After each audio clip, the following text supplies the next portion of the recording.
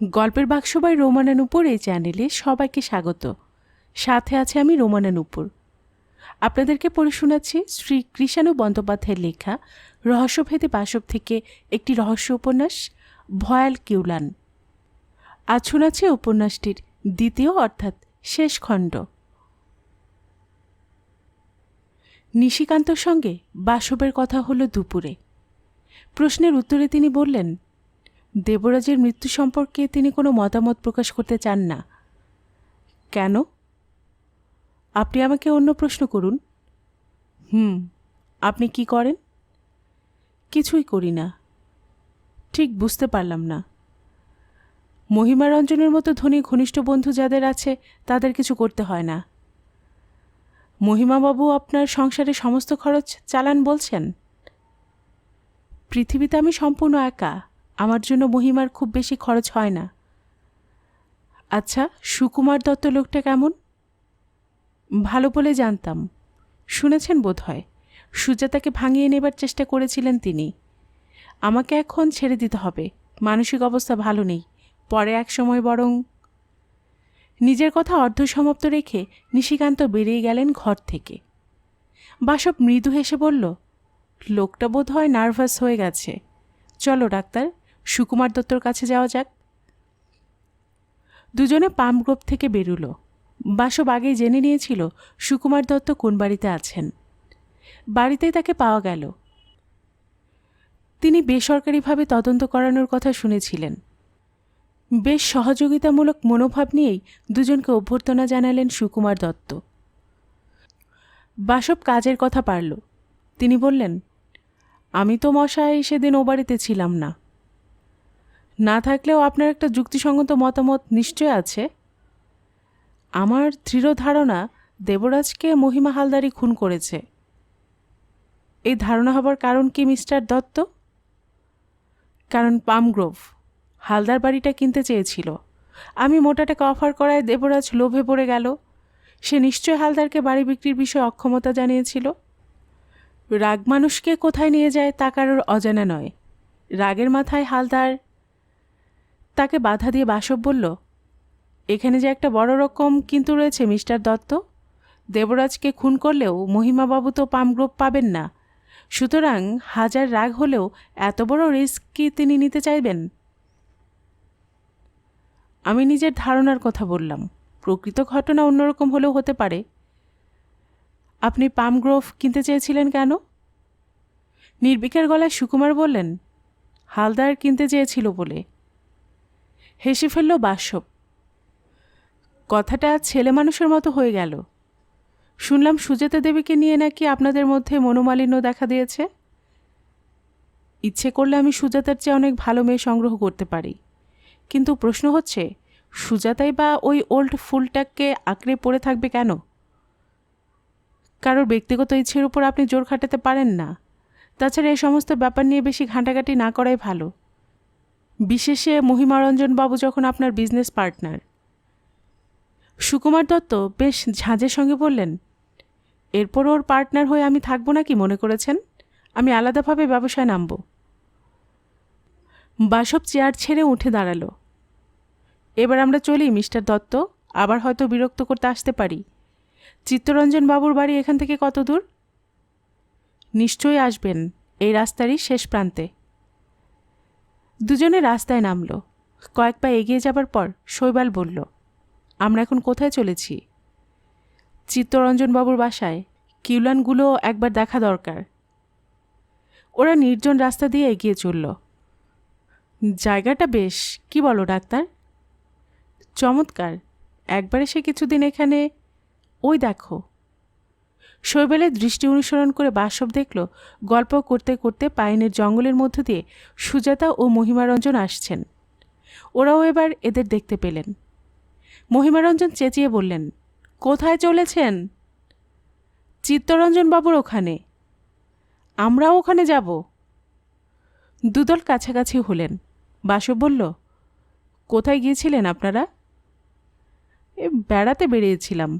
South পয়েন্টে গিয়ে দেখি আমার ভাগ্নেপ্রবর চিত্তরঞ্জনবাবুর মেয়ের সঙ্গে ঘনিষ্ঠ আলাপে ব্যস্ত রয়েছে। আমি মশাই এসব বাড়তে দিতে চাই না। মেয়ের বাপের কাছে গিয়ে কথা পাকাপাকি করে ফেলতে চাই। ভাস্করের প্রতি তিনি কত স্নেহশীল এই কথাতে বুঝতে পারা যায়। বাসবের সঙ্গে সুজাতার খাওয়ার টেবিলে আলাপ হয়েছিল, কিন্তু কোনো দরকারি কথা হয়নি। মিস্টার হালদার, আপনি ডাক্তারকে সঙ্গে নিয়ে একটু এগিয়ে যান। আমি সুজাতা দেবীর সঙ্গে গোটা কত কথা যেতে যেতে সেরে নিতে চাই। বেশ তো।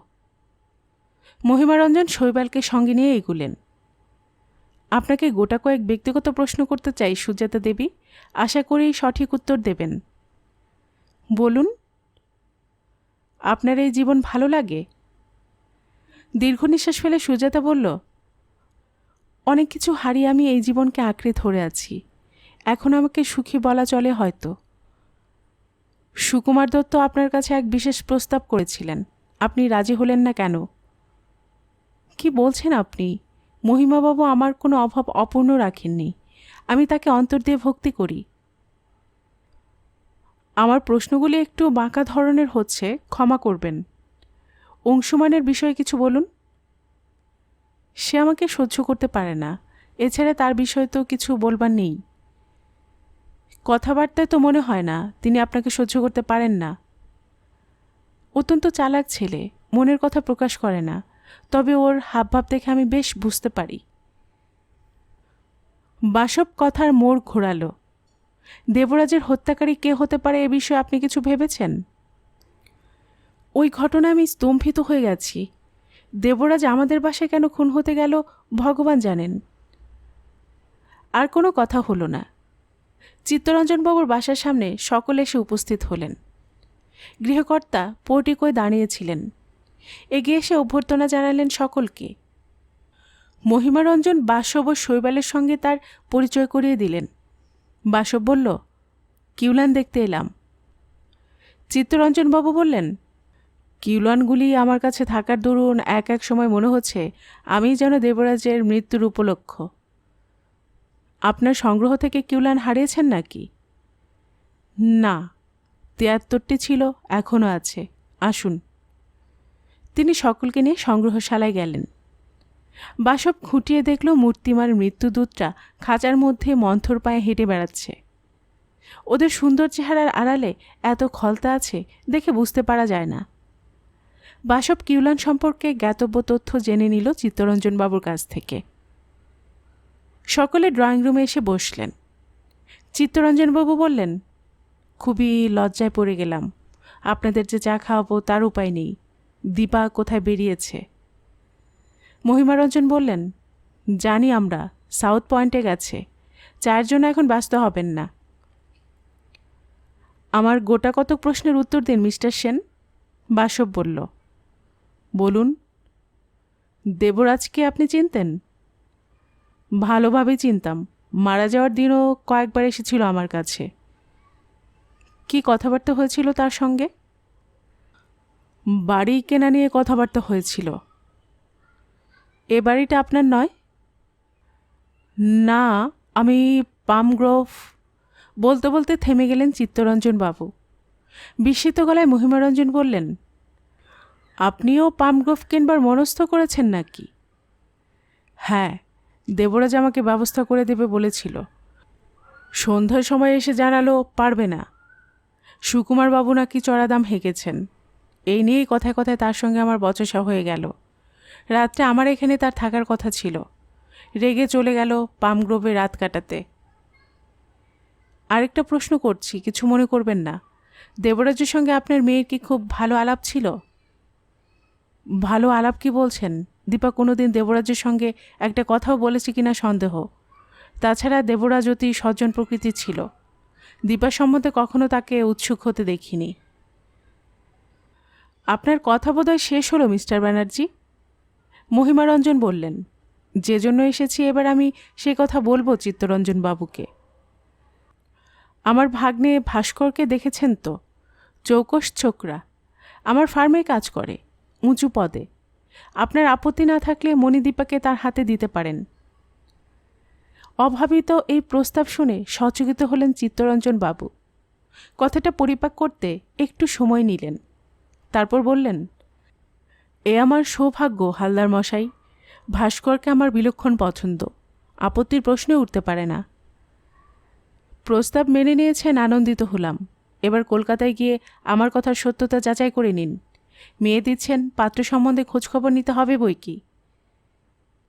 ও কথা বলে আমায় লজ্জা দেবেন না। মেয়ের জন্য আমার বেশ চিন্তা ছিল।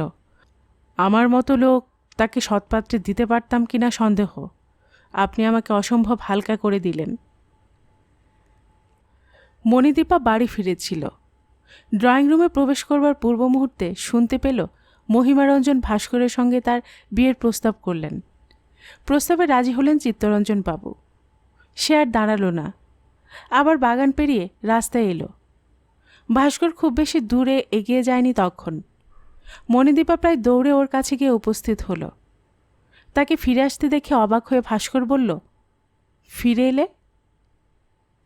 কদিনেই অত্যন্ত দ্রুতলয়ে আলাপ অন্তরঙ্গতায় পরিণত হয়েছে। তোমার মামা বাবার সঙ্গে কথা বলছেন। বলতে দাও। কি কথা বলছেন বলো তো? বাহ, আমি কি করে বলবো? ঘাড় হেলিয়ে অন্যদিকে তাকিয়ে মণিদীপা বলল, ওরা আমাদের বিয়ের কথা নিয়েও তো আলোচনা করতে পারেন। ভাস্কর ছুটিতে মণিদীপার একটা হাত চেপে ধরল। আনন্দের এক প্রবল শিহরণ ওর শিরায় শিরায় বয়ে চলল। দীপা, কি হলো? না, বলছিলাম চলো আবার সাউথ পয়েন্টে গিয়ে বসি। পরের দিন বাসব লখনৌ গেল মীর চান্দানির সঙ্গে দেখা করতে। শৈবাল রইল রনগাঁওয়ে।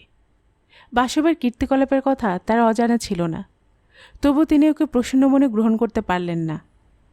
বাসব পোস্টমর্টেমের রিপোর্ট পড়বার পর বলল, খুনের মোটিভ কি বুঝতে পেরেছেন? আপনি নিজেই বোঝার চেষ্টা করুন না, আমাকে প্রশ্ন করছেন কেন? আমার প্রশ্নের উত্তর এইভাবে দেবেন ভাবতে পারিনি। বুঝতে পারা যাচ্ছে আপনি আমার সঙ্গে সহযোগিতা করতে চান না। আমি সুপারের কাছে যাচ্ছি, মনে হয় তা আপনার কাছে খুব সুখকর হবে না। কাষ্ঠহাসি হেসে ইন্সপেক্টর বললেন, অসহযোগিতার কথা বলছেন কেন? এই জটিল ব্যাপারে আপনি তদন্তে এসেছেন, এতে বরং আমি খুশি হয়েছি। কি করতে হবে বলুন? মনে মনে হেসে বাসব বলল, এখন কিছু করতে হবে না, ভবিষ্যতে সাহায্য চাইলে সাহায্য করবেন, তাতেই হবে। আরও 2-4 কথার পর সে ওখান থেকে বিদায় নিল। শৈবাল খাওয়া দাওয়ার পর একাই বেরিয়েছিল জায়গাটা ঘুরে ফিরে দেখে আসবার জন্য। ঘণ্টা 2 বেরিয়ে বাড়ি ফিরে আসার পথে একটা জিনিস আবিষ্কার করল। পামগ্রোভের পিছনে দরজা দিয়ে ভেতরে ঢুকতে যাচ্ছিল।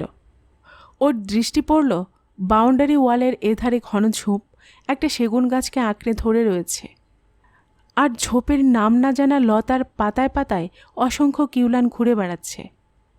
শৈবাল শিউরে উঠল। এখান থেকে কি একটিকে ধরে নিয়ে যাওয়া হয়েছিল দেবরাজকে খুন করার জন্য? ও আর সেখানে দাঁড়ালো না, ছুটল বাসবকে সংবাদ দিতে। বাসব তখন চিন্তিত মনে ঘরে পায়চারি করে বেড়াচ্ছিল। শৈবালের মুখ থেকে কিউলানের কথা শুনে বলল, তোমার আবিষ্কার আমার কাজে লাগবে ডাক্তার, বিকেলে গিয়ে দেখে আসতে হবে। এদিকে কিন্তু সব ওলটপালট হয়ে যাচ্ছে। কীরকম? আমি অনেক চিন্তা করে দেখলাম, দেবরাজকে খুন করার কোনো মোটিভ খুঁজে পাওয়া যাচ্ছে না। আমার পয়েন্টগুলো শুনলে তুমি আমাকে সমর্থন করবে? সেদিন রাত্রে দেবরাজ পামগ্রোভে শুতে যে এসেছিল তা মহিমারঞ্জন ছাড়া আর কারোর জানা ছিল না। তর্কের খাতিরে যদি ধরে নেওয়া যায় এ কথা অনেকে জানতে পেরেছিল, তাহলেও কিউলানদের সাহায্যে দেবরাজকে হত্যা করা একেবারে অসম্ভব। কারণ সেই গভীর রাত্রে জঙ্গলের মধ্য থেকে কিউলান সংগ্রহ করে সকলের অগোচরে বিছানায় ছেড়ে দেওয়া নিশ্চয় অবাস্তব। খুনের পদ্ধতি দেখে পরিষ্কার বুঝতে পারা যায় হত্যাকারীকে অনেক আগে থেকে প্রস্তুত হতে হয়েছিল। সে কিউলানের চাকের সন্ধান করেছিল আগেই, সেখান থেকে পোকা সংগ্রহ করে এনে মহিমারঞ্জনের বিছানায় ছেড়ে রেখেছিল। বিছানায় শোবার পরে যাতে... উত্তেজিত গলায় শৈবাল বলল, তুমি বলতে চাও হত্যাকারী মহিমারঞ্জনকে খুন করতে চেয়েছিল? এক্স্যাক্টলি। নইলে তুমি ভেবে দেখো ডাক্তার, এরকমটা হবার আর কোনো সঙ্গত কারণ থাকতে পারে না। নিঃসন্দেহে দেবরাজ গৌণ চরিত্র। এখানে আসবার আগে তার সঙ্গে কারোর পরিচয় ছিল না। এখানেও সকলের সঙ্গে ঘনিষ্ঠ পরিচয় হয়েছিল তাও নয়। কারো স্বার্থে সে হানি ঘটায়নি, এ কথাও জোর গলায় বলা যায়। কারো স্বার্থের সে প্রতিবন্ধক ছিল না। তবে একটা বিষয় তোমার সঙ্গে একমত হতে পারছি না ভাই। কোন বিষয়ে? তুমি বলছো দেবরাজ কারো স্বার্থে হানি ঘটায়নি। আমি তো দেখতে পাচ্ছি একই স্বার্থে সংশ্লিষ্ট 3টি লোককে সে লেজে খেলিয়েছে। মহিমারঞ্জন পাম গ্রুপ কিনতে চাইলেন, সে বাড়িটা তাকে পায়ে দেবে বলে কথা দিল। আবার একই পার্ট প্লে করলো সে মিস্টার দত্ত ও চিত্তরঞ্জন বাবুর কাছে। সুতরাং একটা মোটিভ গ্রো করেনি কি? বাসব সিগারেট ধরে নিয়ে বলল, পয়েন্ট তুমি রেজ করেছ বটে, ধোপে কিন্তু টিকবে না ডাক্তার। তোমার কথা মতো যদি ধরে নেওয়া যায় বাড়ি বিক্রির ব্যাপারে দেবরাজের চতুরতায় ক্রুদ্ধ হয়ে 3 জনের মধ্যে কোনো একজন তাকে খুন করেছেন, তাহলেও তো সেই বিশেষ ব্যক্তির পামগ্রোভের অধিকারী হওয়া সম্ভব হচ্ছে না।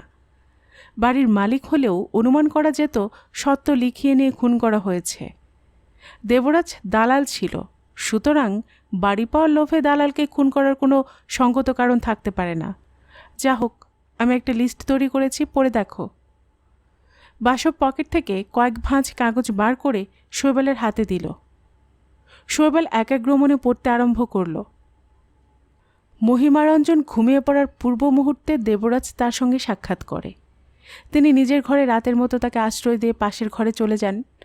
যাবার আগে দেবরাজের সঙ্গে পামগ্রোভ নিয়ে কিছু কথা কাটাকাটি হওয়া অস্বাভাবিক নয়। সুজাতা দেবীকে নিয়ে মিস্টার দত্তর সঙ্গে তার ঝগড়া হয়েছিল। এই হত্যাকাণ্ড সেই ঘটনার জের হওয়া সম্ভব নয়। চিত্তরঞ্জন সেন, তার সংগ্রহে কিউলান আছে।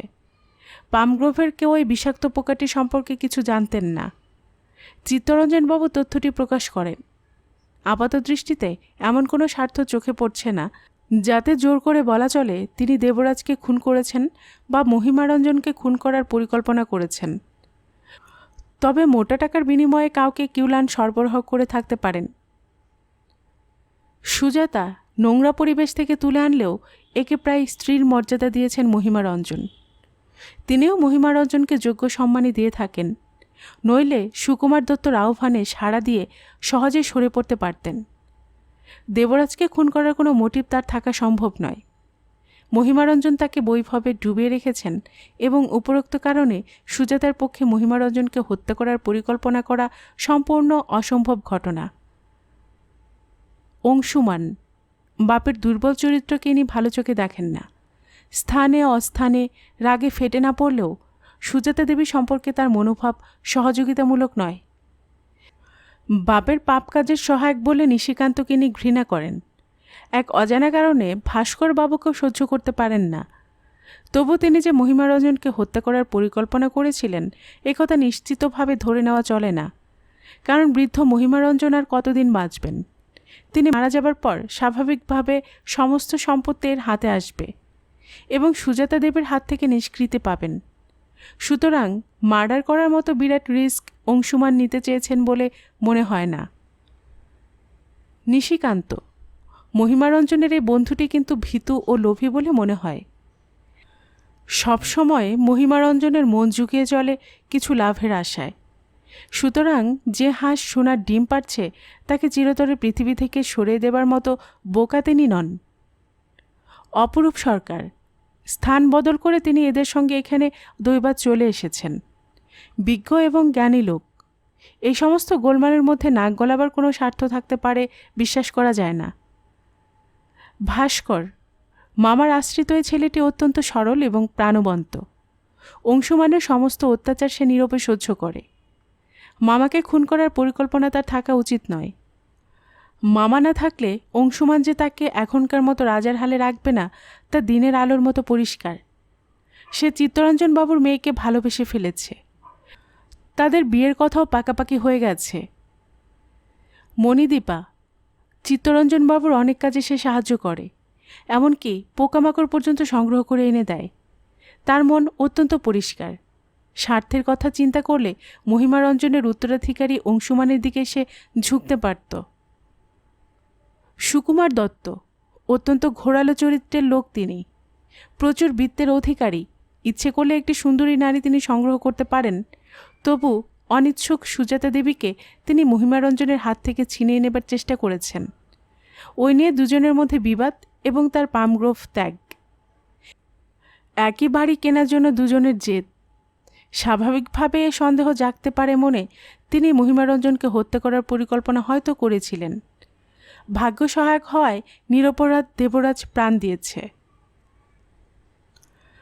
পড়া শেষ করে শৈবাল বলল, একমাত্র সুকুমার দত্ত ছাড়া আর কাউকে তো সন্দেহভাজন বলে মনে হচ্ছে না। তবে তিনি এতটা এক্সপোজড হবার পরও খুন করার ঝুঁকি নেবেন কি? বাসব বলল, অনেক সময়ে তাও হয় ডাক্তার। ধরো তোমারও আমার মধ্যে মনোমালিন্য আছে, সকলে জানে কথা।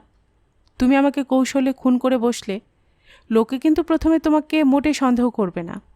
সকলে ধারণা হবে খোলাখুলিভাবে যার সঙ্গে ঝগড়া হয়েছে তাকে তুমি কখনোই খুন করতে পারো না। এ তো দারুণ বোকামি। হতে পারে সুকুমারবাবু এই মনস্তত্ত্বের সুযোগ নিয়েছিলেন।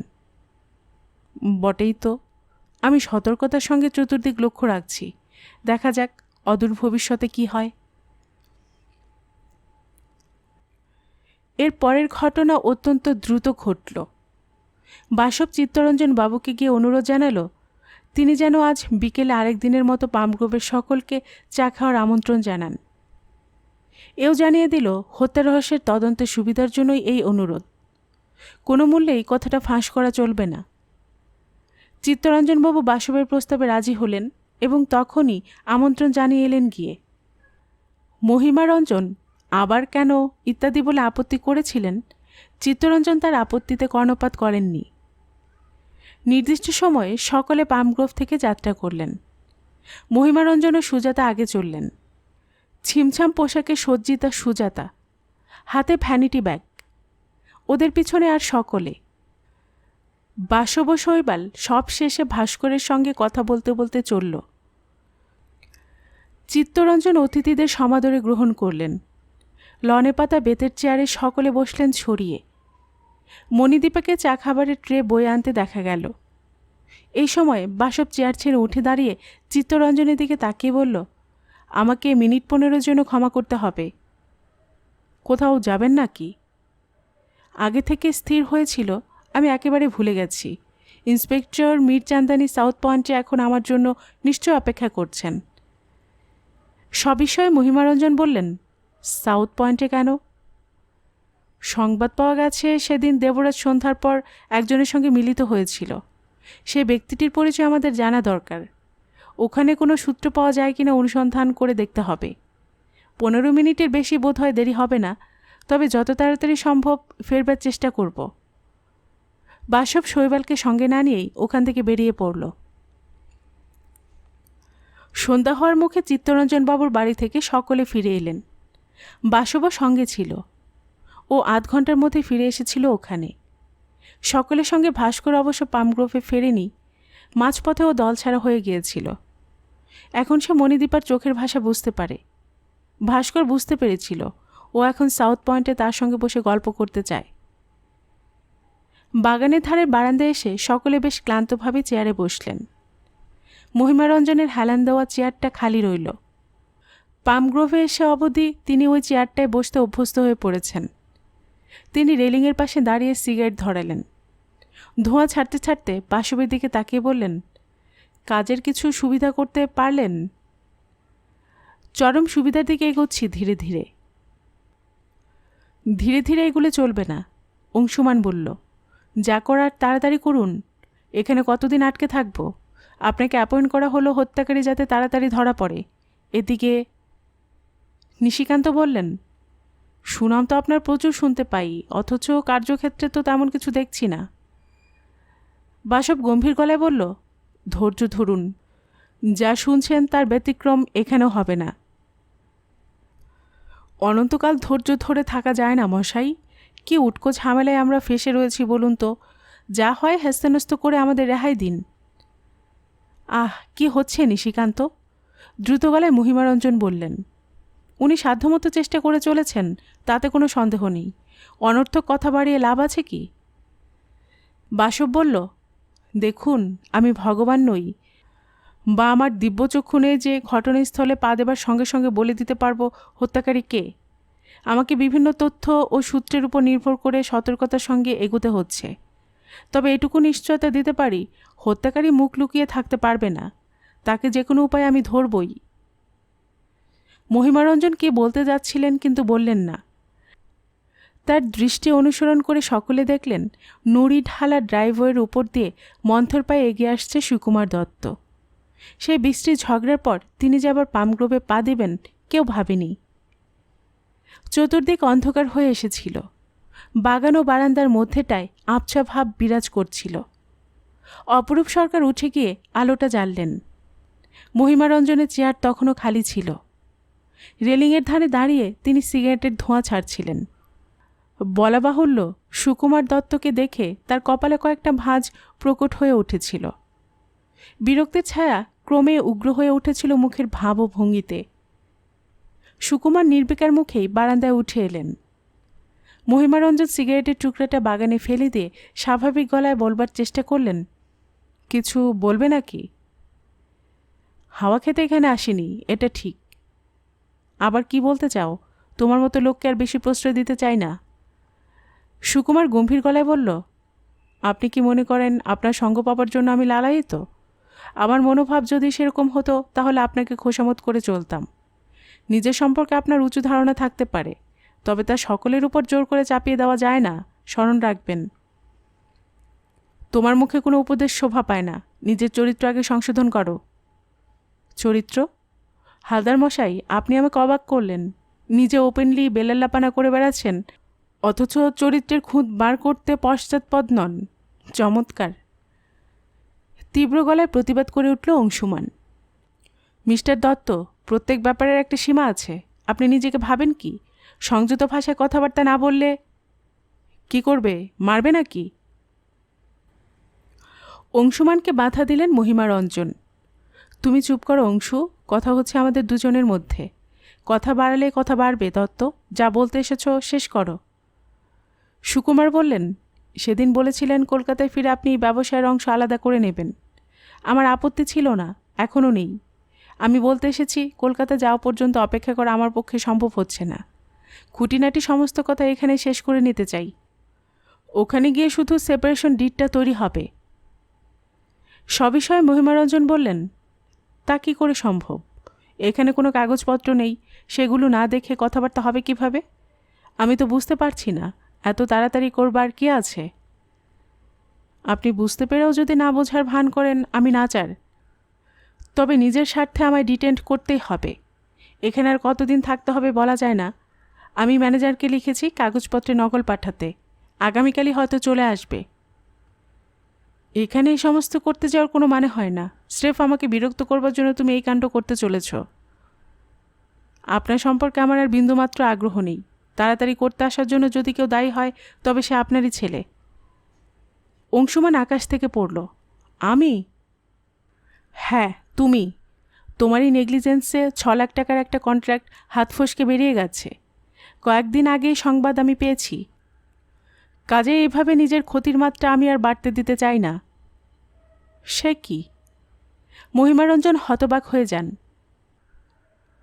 অংশু, দত্ত যা বলছে, না মানে আসল কথা হলো, কিন্তু অংশুমান ইতস্তত করতে লাগল।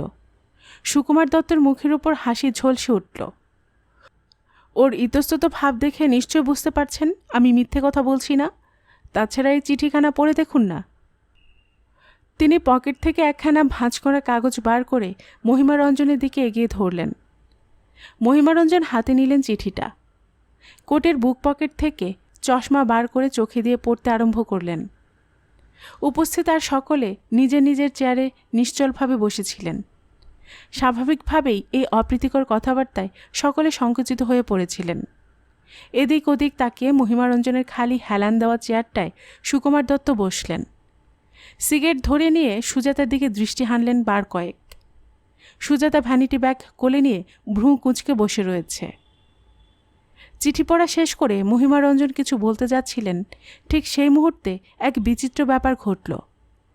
বাসব বিদ্যুৎ বেগে নিজের চেয়ার ছেড়ে উঠে সুকুমার দত্তর হাত ধরে প্রচণ্ড টান দিল। টাল সামলাতে না পেরে সুকুমার কয়েক হাত দূরে ছিটকে পড়লেন। লোহার রেলিংয়ে ঘষ্টানি লেগে তার কপালের ইঞ্চি দুয়েক চামড়া উঠে গেল। তিনি যন্ত্রণায় চিৎকার করে উঠলেন। বাসবের কাণ্ডকারখানায় সকলে হতবাক।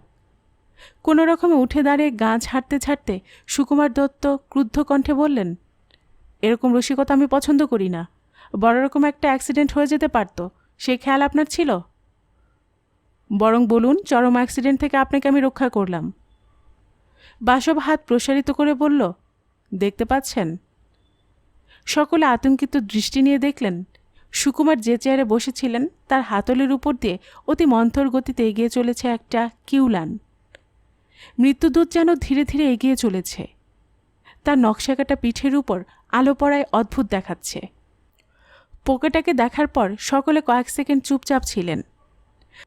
তারপর হুড়মুড় করে যে যার চেয়ার ছেড়ে সরে এলেন নিরাপদ দূরত্বে। মৃত্যুকে সকলেই ভয় পায়। ওই ভয়াবহ জীবটির দংশনে কেউই জীবনের পরপারে যেতে চায় না। চেয়ারের হাতল থেকে কিউলান তখন কুশানে নেমে পড়েছে। সকলে বিস্ফারিত দৃষ্টিতে তার গতিবিধি লক্ষ্য করছেন। নীরবতা ভঙ্গ করলেন মহিমারঞ্জন। উত্তেজিত গলায় বললেন, মেরে ফেলো ওটাকে, দৃষ্টির বাইরে চলে গেলে দুশ্চিন্তার সীমা থাকবে না, কখন কাকে কামড় দেবে ঠিক নেই। তার কথা শুনে কেউ 1 ইঞ্চি এগিয়ে গেলেন না। বাঘ নয়, ভাল্লুক নয়, অতি ক্ষুদ্র একটা পোকা, তবু তাকে মারতে কারোর সাহস হচ্ছে না। অবধারিত মৃত্যুর হাত থেকে বেঁচে গিয়ে সুকুমার দত্ত হাঁপাচ্ছিলেন। হাত পা তার কাঁপছিল। তিনিও চিৎকার করে উঠলেন, আপনারা দাঁড়িয়ে দাঁড়িয়ে দেখছেন কি? শেষ করে দিন পোকাটাকে। কিউলান কুশনের উপর থেকে গড়িয়ে মাটিতে পড়ে গেল। এগিয়ে আসতে লাগলো সকলের দিকে। পায়ে পায়ে পিছুতে লাগলেন সবাই। বাসব নির্বিকার মুখে পোকাটার গতিবিধি নিরীক্ষণ করছিল। এই সময় শৈবাল এগিয়ে গিয়ে জুতোর তলায় পিষে ফেলল ওটাকে। সকলে হাঁপ ছেড়ে বাঁচলেন, কিন্তু কেউই নিজের চেয়ারে ফিরে গেলেন না। সকলের এক ভয়, তার চেয়ারের হাতলে যদি একটা কিউলান দেখা যায়। অপরূপ সরকার বললেন, কি ভয়ানক! ভাগ্যিস সময় মতো পোকাটাকে বাসববাবু দেখে ফেলেছিলেন, নইলে। মহিমারঞ্জন বললেন, মৃত্যুর এত কাছাকাছি থাকার কোনো অর্থ হয় না। কাল সকালে বাড়ি বদল করতে হবে। বাগান থেকে কিউলানটা উঠে এসেছে বারান্দায়। বাসব বলল, আপনি ভয় পাবেন না মিস্টার হালদার, বাড়ি বদল করবার কোনো প্রয়োজন নেই। বাগানে একটাও কিউলান খুঁজে পাবেন না। প্রকৃত ব্যাপার হলো, কেউ ইচ্ছাকৃতভাবে পোকাটাকে ওখানে ছেড়ে দিয়েছিল। বলেন কি? মহিমারঞ্জন বিস্ময়ের শেষ প্রান্তে। আর সকলে বিস্ময়সূচক শব্দ করলেন। হ্যাঁ, সন্দেহের কোনো অবকাশ নেই। আমি দেখতে না পেলে মিস্টার দত্তর মৃত্যু রোধ করা যেত না। সুকুমার দত্ত প্রকৃতিস্থ হয়েছেন। গম্ভীর গলায় বললেন, আমাকে মারবার জন্য এত বড় চক্রান্ত আপনি করতে পারলেন মিস্টার হালদার? নিশ্চয়ই না। আমার সম্পর্কে তোমার এই উক্তি উইথড্র করা উচিত। আমি জানব কিভাবে তুমি এখানে আসবে? তুমি আসবার পর চেয়ারের কাছে গেলাম কখন? রেলিংয়ের কাছে তো দাঁড়িয়ে আছি। মহিমারঞ্জনের কথার উত্তরে সুকুমার দত্ত আর কিছু বলতে পারলেন না। ইন্সপেক্টর মীর চান্দানিকে এই সময় দেখতে পাওয়া গেল বাগানের গেটের সামনে। তিনি বাসবকে হাতছানি দিয়ে ডাকলেন। বাসব গেটের সামনে উপস্থিত হতেই ইন্সপেক্টর বললেন, এই অচল অবস্থাকে কাটিয়ে উঠতে চাই মিস্টার ব্যানার্জি। এখনই আমি চিত্তরঞ্জন সেনকে হাজতে নিয়ে যাব। সে কি, কোনো সূত্র পেয়েছেন কি? আপনার মতো কেতাবি প্রথায় আমি তদন্ত করি না। ইন্সপেক্টরের কথায় শ্লেষের আমেজ। বাস্তবতাকে উপেক্ষা করলে রহস্যের কিনারা কি হয় মশাই? কিউলানের আদে অন্ত জানা আছে সেন মশাইয়ের, এবং তারই সংগ্রহে আছে অসংখ্য ওই মারাত্মক পোকা। তিনি দেবরাজকে ফলো করে এ বাড়িতে এসেছিলেন। একটা পোকা জাল না গলিয়ে সহজে ফেলে দিয়ে যেতে পেরেছেন। আমি অনেক চিন্তা করে তার সম্পর্কে এই সিদ্ধান্তে এসেছি। কিন্তু একটা মোটিভ তো থাকা চাই। মোটিভ আছে বই কি, পূর্বশত্রুতা ছিল, কিংবা এ বাড়ি নিয়ে ঝগড়া পাকে ওঠার পরই। ওয়ারেন্ট সঙ্গে এনেছেন নাকি? না, আগে চাপ দিয়ে কথা বার করি, তারপর। শুনুন মিস্টার মিরচান্দানি, ওকে থানা নিয়ে যাবেন না। আপনি ভুল পথে যাচ্ছেন। আমি প্রমাণ করে দেব উনি খুন করেননি। শুধু আমাকে 3 4 সময় দিতে হবে। আপনি বললেই কথাটা আমায় মানতে হবে? গলায় জোর দিয়ে বাসব বলল, সে আপনার ইচ্ছে, তবে আপনি নিজে বাস্তব দৃষ্টিভঙ্গির পরিচয় দিতে পারলে আমি খুশি হতাম। একজন নিরপরাধ ভদ্রলোককে হ্যারাস করার দায়িত্ব অনেক, সে কথা নিশ্চয়ই আপনার অজানা নেই। মোটিভকে এত হালকা চোখে দেখবেন না। দেবরাজকে হত্যাকারী খুন করতে চায়নি। সম্পূর্ণ অবস্থা বিপাকে পড়ে সে মারা পড়েছে। জানলা দিয়ে পোকাটা গলিয়ে ফেলার যে কথা বলছিলেন না, তাও সম্ভব নয়। এই ঠান্ডার জায়গায় কেউ জানলা খুলে শোয় না। মীর চান্দানি বিব্রত হলেন। তাহলে বলছেন, আমার উপর বিশ্বাস রাখলে 4 দিন আর অপেক্ষা করতে হবে। আপনি এখনই শহরে ফিরবেন কি? একটা লিফট চাই, একটু অপেক্ষা করুন। বাসব ফিরে এলো বারান্দায়। শোবেলের দিকে তাকিয়ে বলল, ডাক্তার, আমাকে এখনই শহরে যেতে হচ্ছে। দিন 3 পরে ফিরব। মিস্টার হালদার, আপনাকেও আমার সঙ্গে যেতে হবে। মহিমারঞ্জন বিস্মিত গলায় বললেন, আমাকে? আপনি যদি চান হত্যাকারী ধরা পড়ুক তাহলে আপত্তি করবেন না। সমস্ত বুঝিয়ে বলবো পরে। তাড়াতাড়ি উপযোগী জামাকাপড় সঙ্গে নিয়ে নিন। মহিমারঞ্জন আর আপত্তি করলেন না। সুজাতাকে নিম্ন গলায় কি বললেন। সুজাতা উঠে গেল ওখান থেকে। ফিরে এলো মিনিট 10 পরে, ছোট একটা সুটকেস হাতে নিয়ে। দুজনে জিপে এসে বসবার পর গাড়ি ছেড়ে দিলেন ইন্সপেক্টর। তাকে চিত্তরঞ্জন সেনের বাড়ির দিকে আর যেতে দেখা গেল না। শহরের পথ ধরলেন। কিছু দূর অগ্রসর হবার পর প্রশ্ন করলেন, লখনৌতে যেতে চান না আর কোথাও? বাসব বলল, লখনৌ থেকে কলকাতা যাব। মিস্টার হালদারের জন্য 1ম শ্রেণীর কোনো হোটেলে ঘর রিজার্ভ করে দেবেন। আমি ফিরে না আসা পর্যন্ত ওর উপর দৃষ্টি রাখতে ভুলবেন না যেন। বিপন্নভাবে মহিমারঞ্জন বললেন, আমি তো কিছুই বুঝতে পারছি না। আর কটা দিন ধৈর্য ধরে থাকুন মিস্টার হালদার। কলকাতায় অত্যন্ত ব্যস্ততার মধ্যে সময় কাটল বাসবের। হোমিসাইড স্কোয়াডের মিস্টার সামন্ত ওকে আশাতীতভাবে সাহায্য করলেন। ব্যাংকে যে এনকোয়ারি ছিল তার সহযোগিতা না পেলে সফল হওয়া যেত না। একটি বাড়ি এরকম বেআইনিভাবে খানাতল্লাশি করা সম্ভব হলো তার দাপটে। হাসি মুখেই 4র্থ দিন মহিমারঞ্জনকে সঙ্গে নিয়ে বাসব রনগাঁও ফিরল। তখন বেলা 10টা। সকলে বারান্দায় বসেছিলেন। অপরূপ সরকার প্রশ্ন করলেন, আমরা কি এবার এখান থেকে মুক্তি পাবো মিস্টার ব্যানার্জি? কেস সলভ হয়ে গেছে? দুঃখিতভাবে মাথা নেড়ে বাসব বলল, আমি বিশেষ সুবিধা করতে পারলাম না, তবে আপনারা কালই বোধহয় এখান থেকে রওনা হতে পারবেন। ইন্সপেক্টর চিত্তরঞ্জন সেনকে হত্যাকারী বলে সন্দেহ করছেন। এই কথায় কেউ কোনো মন্তব্য করলেন না। এলোমেলোভাবে কথাবার্তা চলতে লাগল। ক্রমে সময় হয়ে এলো দুপুরের আহারের। সকলে উঠলেন। বাসব সুজাতাকে জানালো, খিদে না হওয়ার দরুন ও খাওয়ার টেবিলে উপস্থিত থাকতে পারবেন না, পরে 1 গ্লাস গরম লেবুর জল খেয়ে নেবে। ক্রমে দুপুর গড়িয়ে বিকেল হলো। সকলে আবার বারান্দায় এসে বসলেন। বাসব দুপুরে মহিমারঞ্জনকে চোখের আড়াল করেনি, নিজের কাছে কাছে রেখেছে। কথাবার্তা তেমন জমছিল না। নিশিকান্তকে অত্যন্ত গম্ভীর দেখাচ্ছিল।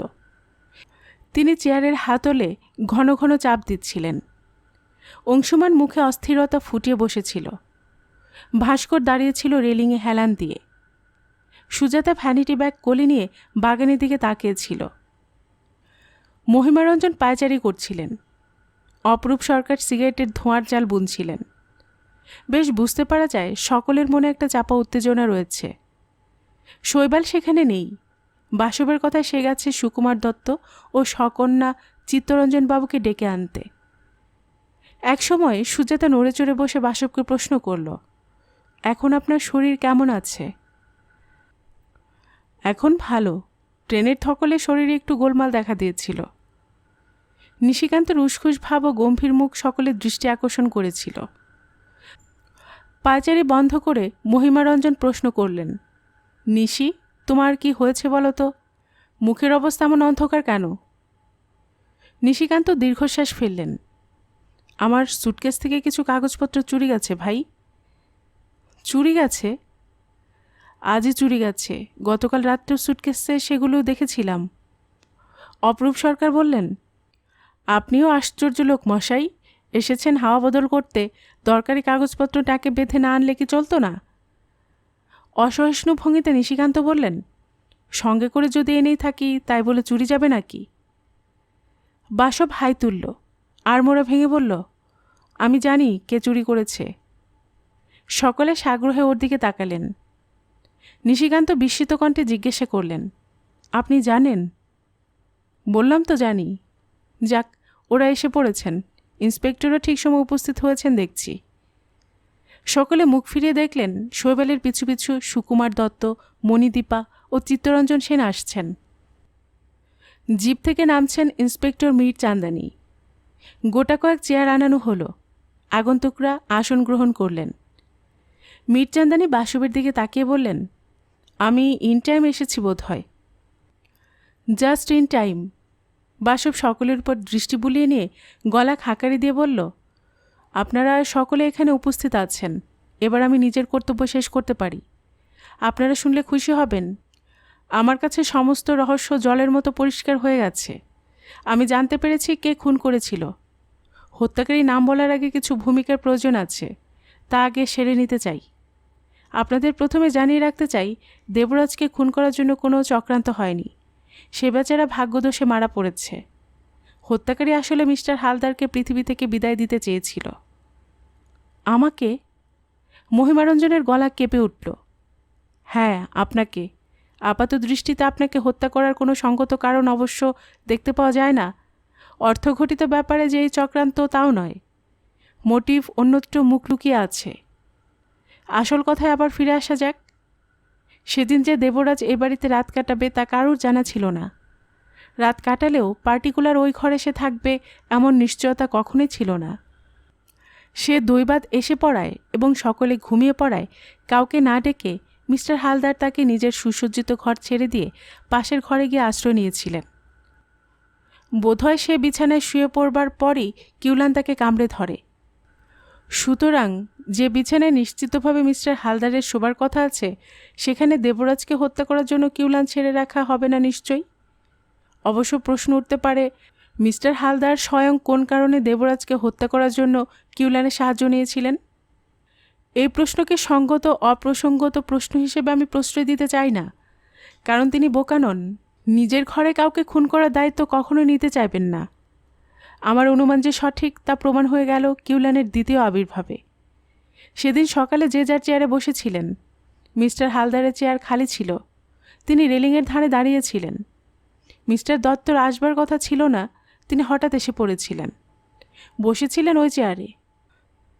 আমি সতর্ক না থাকলে নিশ্চিতভাবে সেদিন তিনি মারা পড়তেন।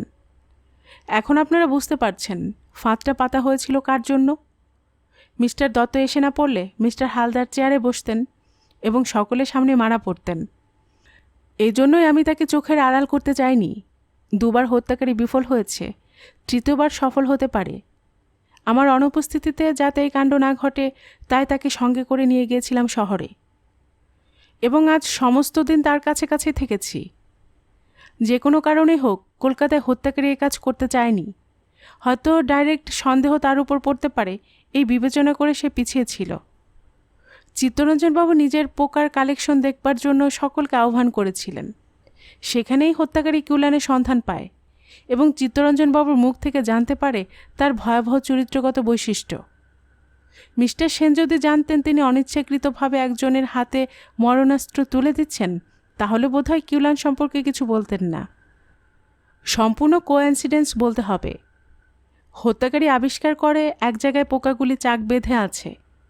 সেখান থেকে গোটা কয়েক কিউলান সে সংগ্রহ করে নেয়। পরে সেই জায়গাটি ডাক্তারও দেখে ফেলে। পোকা সংগৃহীত হবার পর হত্যাকারী কিভাবে মৃত্যুবাণ নিক্ষেপ করেছিল আপনারা শুনেছেন। বাসব থামল। সকলে মন্ত্রমুগ্ধের মতো শুনছেন। সকলের দৃষ্টি বাসবের উপর নিবদ্ধ।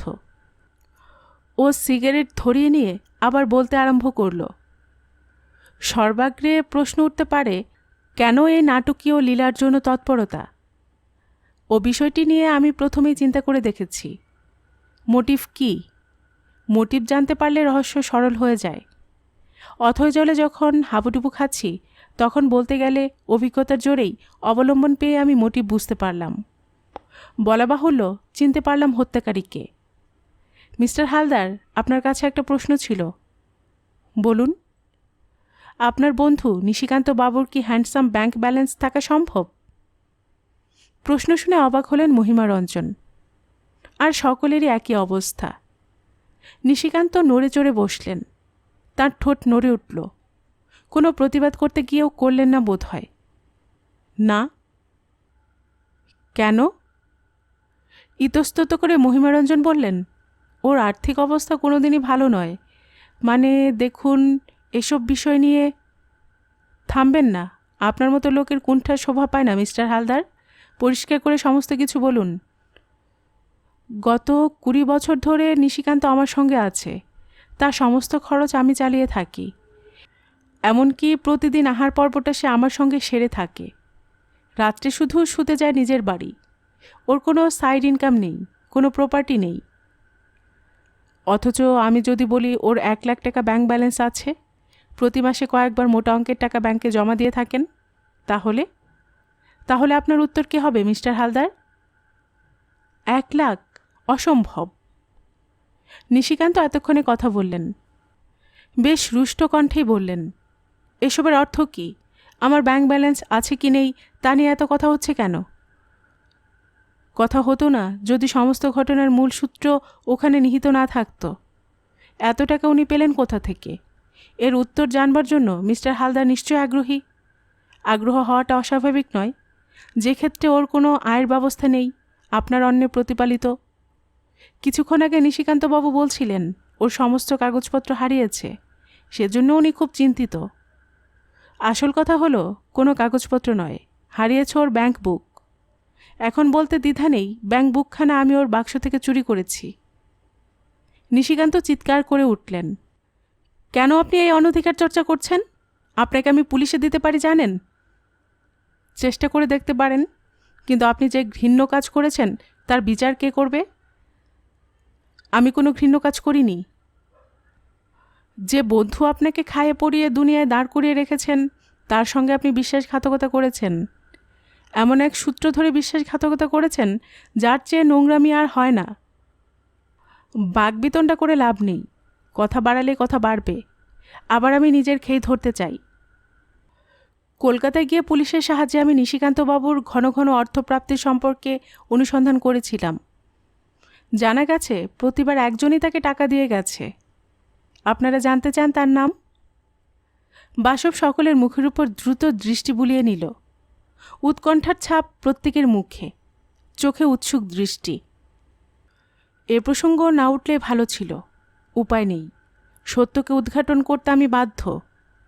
নিশিকান্তবাবুকে নিয়মিত মোটা অঙ্কের টাকা দিতেন অংশুমানবাবু।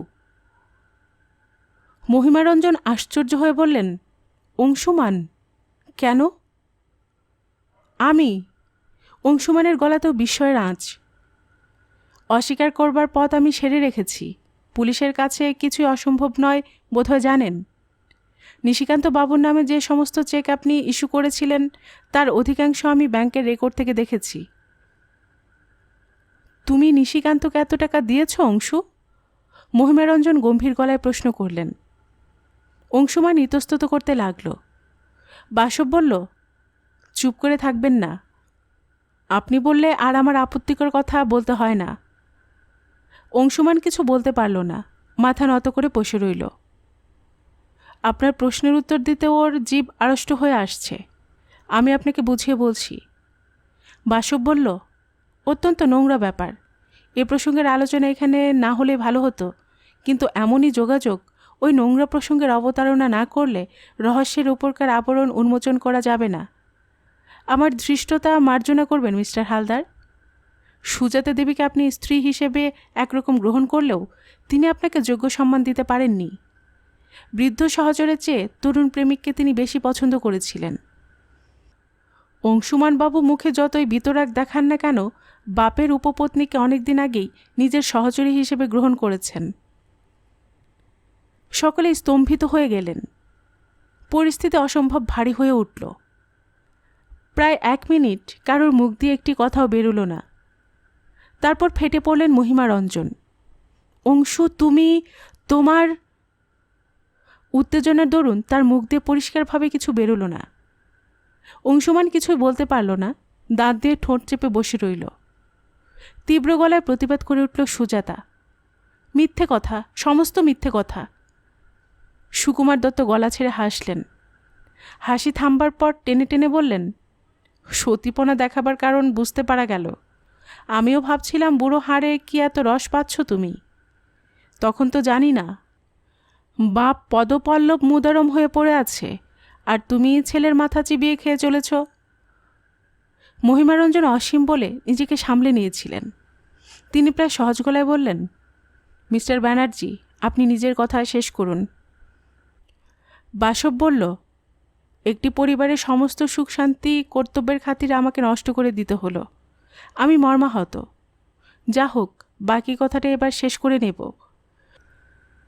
প্রথম প্রথম বোধহয় সুজাতা দেবী ও অংশুমান বাবু মিস্টার হালদারের চোখ বাঁচিয়ে এখানে ওখানে দেখা করতেন। তারপর নিশিকান্ত বাবুর সঙ্গে একটা রফা হয়ে যায়। টাকার বিনিময়ে তিনি নিজের বাড়ি ওদের ব্যবহার করতে দিতেন। এইভাবেই চলছিল। চলতে থাকলে আজকের এই পরিস্থিতির অবতারণা হতো না। জেমস জর্জ বলেছেন, মানুষ অল্পে সন্তুষ্ট নয়, নিজের সুখের পরিধিকে অকারণে বাড়াতে গিয়ে ঘোর বিপত্তি ডেকে আনে। এখানে অক্ষরে অক্ষরে সেরকম হয়েছে। সুজাতা দেবী অধৈর্য হয়ে উঠলেন। মিস্টার হালদারকে সহ্য করা তার পক্ষে অসম্ভব হয়ে উঠল। পরিকল্পনা দানা বাঁধল মাথায়। মিস্টার হালদার না থাকলে তরুণ অংশুমানকে নিয়ে তার জীবন অসম্ভব আনন্দে কাটবে, এই চিন্তায় বিভোর হয়ে উঠলেন। কলকাতায় বিশেষ সুবিধা করতে পারেননি নানা কারণে। এখানে এসে কিউলানের কথা শুনলেন। মনের রন্ধ্রে রন্ধ্রে বিদ্যুতের তরঙ্গ অনুভব করলেন। এই সুবর্ণ সুযোগকে গ্রহণ না করা বোকামি। তারপর বাসবকে বাধা দিল সুজাতা। আপনি কি সমস্ত বলছেন? কিসের পরিকল্পনা? কিসের সুবর্ণ সুযোগ? এখনও প্রতিবাদ করার ভাষা আছে? আমি অবাক হচ্ছি। আপনারা শুনুন, সুজাতা দেবী কিউলানের সাহায্যে মিস্টার হালদারকে পদ থেকে সরাতে গিয়ে দেবরাজকে হত্যা করেছেন। আরেকবার বিস্ময়ের ঝড় উঠল। মহিমারঞ্জনের মুখের দিকে তাকিয়ে থাকা যায় না। অংশুমানের চোখে আগুনের হলকা। সে তাকিয়ে রইল সুজাতার দিকে। আর নিজেকে চেপে রাখতে পারল না সুজাতা। দু হাত দিয়ে মুখ ঢেকে কান্নায় ভেঙে পড়ল। শুধু গুমরানো শব্দ বেরিয়ে এলো তার মুখ দিয়ে। না না না, আমি কিছু করিনি, আমি কিছু জানি না। বাসব নিজের আসন ত্যাগ করল। কয়েক পা এগিয়ে গিয়ে দাঁড়ালো সুজাতার সামনে। ঝটিতে তার কোলের উপর থেকে ভ্যানিটি ব্যাগটা তুলে নিল। ব্যাগের মধ্যে থেকে একটা পেট মোটা শিশি বার করে বলল, আপনার বিরুদ্ধে সবচেয়ে বড় প্রমাণ এর মধ্যে আছে। আমি অত্যন্ত ক্লান্ত ইন্সপেক্টর। বিশ্রামের জন্য নিজের ঘরে যাচ্ছি। আপনি নিজের কর্তব্য শেষ করুন। এসো ডাক্তার। বাসব শৈবাল স্থান ত্যাগ করল। স্থান ত্যাগ করবার পূর্বে অবশ্য নিশিকান্তবাবুর ব্যাংক বুক ও সুজাতার ভ্যানিটি ব্যাগ থেকে পাওয়া পেটমোটা শিশিটা টেবিলের উপর রেখে এলো। পেটমোটা শিশিটার দিকে তাকিয়ে সকলে শিউরে উঠলেন। তার মধ্যে গোটা পাঁচেক কিউলান গাদাগাদি করে রয়েছে। সুরুচিয়ে মৃত্যুদূতটা শিশির মধ্যে থেকে বেরিয়ে আসবার আপ্রাণ চেষ্টা করছে। ডাউন অমৃতসর মেল লখনৌ ছেড়েছে বেশ কিছুক্ষণ হলো। ভাস্কর ও মণিদীপা এসেছিল স্টেশনে বাসব শৈবালকে ট্রেনে তুলে দিতে। মহিমারঞ্জনের সঙ্গে ওদের সাক্ষাৎ হয়নি। পুলিশ সুজাতাকে নিয়ে যাবার পরই তিনি ঘরের দরজা বন্ধ করে অবস্থান করছেন।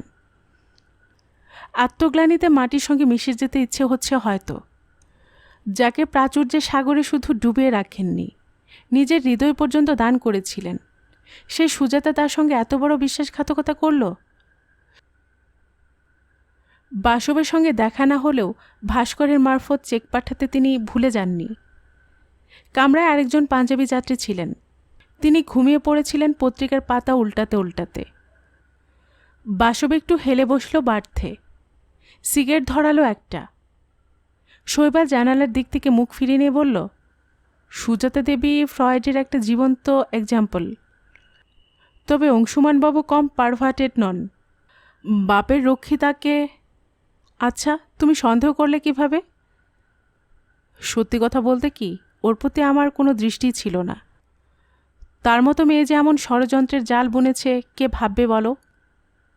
তবে এক মুখ ধোঁয়া ছেড়ে বাসব বলল, তোমার প্রশ্নের উত্তর দিতে গেলে অনেক কথাই বলতে হয়। বেশ, শোনো। সকলের সঙ্গে কথাবার্তা বলার পরও আমি মোটেই বুঝতে পারছিলাম না হত্যার মোটিভ কী। অথচ হত্যার মোটিভ বুঝতে না পারলে হত্যাকারীকে চিনে ওঠা কোনো মতে সম্ভব নয়। অনেক ভেবেচিন্তে আমি সকলের ঘর সার্চ করার কথা স্থির করে ফেললাম। এই পরিকল্পনা গ্রহণ করার কারণ হলো হত্যাকারী একবার অকৃতকার্য হয়েছে, আবার সে মিস্টার হালদারকে মারবার জন্য সচেষ্ট হবে। একই পদ্ধতি যদি অনুসরণ করে তবে তার ঘরে কিউলানের সন্ধান পাওয়া যাবে এবং কিউলান যার ঘরে থাকবে সেই হবে হত্যাকারী। আমি ঘর সার্চ করবার জন্য কি কৌশল অবলম্বন করেছিলাম তোমার মনে আছে? সকলে চিত্তরঞ্জন বাবুর বাড়িতে রইলেন। সাউথ পয়েন্টে যাবার নাম করে আমি চলে এলাম পাম গ্রোভে। ৫ চাবি আমার কাছে আছে তুমি জানো। ঘরগুলির তালা খুলতে অসুবিধা হলো না, কিন্তু যা খুঁজতে গিয়েছিলাম পেলাম না। কোনো গুরুতর সূত্রেও পাওয়া গেল না। তবে নিশিকান্তবাবুর ব্যাংক বুক দেখে মন সজাগ হয়ে উঠল। তিনি এত টাকা পাচ্ছেন কোথা থেকে? তবে কি এই টাকার সূত্র ধরে এগিয়ে গেলে হত্যাকারী সন্ধান পাওয়া যাবে? কলকাতা যাওয়ার প্রয়োজনীয়তা অনুভব করলাম। গেলাম কলকাতা। ব্যাংক বুকের নম্বর নোট করে নিয়ে গিয়েছিলাম। হোমিসাইড স্কোয়াডের সামন্তর সঙ্গে এই বিষয় নিয়ে আলাপ হলো। তার সহযোগিতায় ব্যাংকে গিয়ে অনুসন্ধান শেষ করলাম। চেকগুলি দেখে বুঝতে পারলাম নিশিকান্তকে এক নাগারে অংশমান টাকা দিয়ে যাচ্ছে। কেন? অকারণে কেউ কাউকে টাকা দেয় না, বিশেষ করে আজকের যুগে। নিশ্চয়ই কোনো বিশেষ কারণ আছে। কারণটা কি তার কিছু আভাস পাওয়া যেতে পারে মনে করে নিশিকান্তর বাড়ি গেলাম সামন্তকে সঙ্গে নিয়ে। পুরনো আমলের একতলা বাড়ি। কড়া নাড়তেই চাকর দরজা খুলে দিল। পুলিশ দেখে সে বেচারা বেশ ভরকে গেল। তাকে জেরা করতে জানা গেল অংশুমান ও সুজাতা এখানে নিয়মিত আসে নিজেদের কদর্য খেয়ালকে চরিতার্থ করতে। সেও মোটা বকশিস পায় অংশুমানের কাছ থেকে। ঘরগুলো সার্চ করলাম। তারপর ওদের দুজনের ব্যবহৃত প্রচুর জিনিসপত্র দেখতে পাওয়া গেল যত্রতত্র। আমি পরিষ্কার বুঝতে পারলাম নিশিকান্ত নিজের বাড়ি ব্যবহার করতে দেওয়ার বিনিময়ে মোটা টাকা পেয়ে থাকেন। সন্দেহের তালিকা থেকে তাকে বাদ দিতে হলো। তার অপরাধ অর্থের লোভে তিনি হালদারের সঙ্গে বিশ্বাসঘাতকতা করেছেন। নিতান্ত অকৃতজ্ঞ জীব। বাসব থামল। সিগারেটের টুকরোটা জালনা গলিয়ে ফেলে দিয়ে হাই তুলে আবার আরম্ভ করল। আমার মন সন্দেহের দোলায় দুলতে লাগলো। মোটি এবার চোখের আড়ালে নেই। হালদার বেঁচে না থাকলে অনেক সুবিধা। মুখ লুকিয়ে ভয়ে ভয়ে আর কিছু করতে হবে না।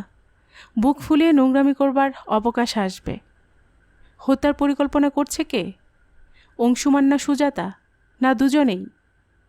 ফিরে গেলাম রনগাঁও। দ্বিতীয়বার কিউলানের আবির্ভাব যখন হয়েছিল তখন এ কথা অবধারিত সত্য যে পোকাটা সংগ্রহ করা আছে। প্রতিবার সকলের সতর্ক চোখ এড়িয়ে ধরে আনা নিশ্চয়ই রিস্কি। অথচ আমি সেদিন অংশুমান ও সুজাতার ঘরে পোকার সন্ধান পেলাম না কেন? তবে কি পোকা ঘরে নেই? সবসময় নিজের সঙ্গে সঙ্গে রাখা হয়? এই কথা মনে হওয়ার পরই একটা সম্ভাবনা আমার মনে রেখাপাত করল। সুজাতাকে দেখতাম সমস্তক্ষণ ভ্যানিটি ব্যাগ নিয়ে থাকতে। বাড়ির বাইরে যাবার সময় মেয়েরা ব্যাগ নিয়ে যায়, বাড়িতে থাকাকালীন ওটা বয়ে বেড়াবার কোনো অর্থ হয় না। ওর মধ্যে কিউলান অবস্থান করছে কি? আমি আরও লক্ষ্য করেছিলাম, শুধু খেতে যাওয়ার সময় ব্যাগটা হাতে থাকে না। ওই সময় কার্য উদ্ধার করতে হবে। তোমরা খেতে গেলে আমি অসুস্থতার ভান করলাম, আবার ডুপ্লিকেট চাবির সাহায্যে সুজাতার ঘরে ঢুকলাম। ভ্যানিটি ব্যাগটা ছিল বালিশের তলায়। খুলতেই রহস্য পরিষ্কার হয়ে গেল। পেটমোটা শিশিটার মধ্যে জীবন্ত শয়তানদের দেখতে পেলাম। আবার যথাস্থানে রেখে দিলাম ব্যাগটা। নিশিকান্তবাবুর ব্যাংক বুক সরিয়েছিলাম তাকে শুধু নাকাল করার জন্য। তারপর যা ঘটেছে তা সমস্ত তোমার চোখের উপর। শৈবাল বলল, তোমার কি মনে হয় এই ষড়যন্ত্রের মধ্যে অংশুমানও আছে? কোনো প্রমাণের উপর বেস করে বলছি না। আমার ধারণা সে সুজাতার ভয়ঙ্কর পরিকল্পনার কথা জানত না। ট্রেনের গতি মন্থর হয়ে আসছিল। কোন স্টেশন ডাক্তার? টাইম টেবিলের পাতা উল্টে শৈবাল বলল, ফয়জাবাদ। বাসব আবার সিগারেট ধরালো। এতক্ষণ আপনারা শুনছিলেন শ্রী কৃষাণু বন্দ্যোপাধ্যায়ের লেখা রহস্যভেদী বাসব থেকে একটি রহস্য উপন্যাস ভয়াল কিউলান এর শেষ খণ্ড। আর এতক্ষণ গল্প পাঠে আমি আপনাদের সাথে ছিলাম রোমানা নূপুর। আপনারা যারা নতুন এই চ্যানেলের গল্প শুনছেন, আপনাদের সুবিধার্থে একটি বিনীত অনুরোধ, যদি আপনারা আরও এমন গল্প উপন্যাস শুনতে চান তবে নিচের লাল সাবস্ক্রাইব বাটনে ক্লিক করে রাখুন ও লাইক করে রাখুন। এতে এই চ্যানেলের ভিডিওগুলি খুঁজে পেতে আপনাদের সুবিধা হবে। আর পাশে থাকা ঘন্টা বাটনটি চেপে রাখুন, যাতে নতুন গল্প দেওয়ার সাথে সাথে আপনাদের কাছে নোটিফিকেশন চলে যায়। খুব ভালো থাকুন সবাই।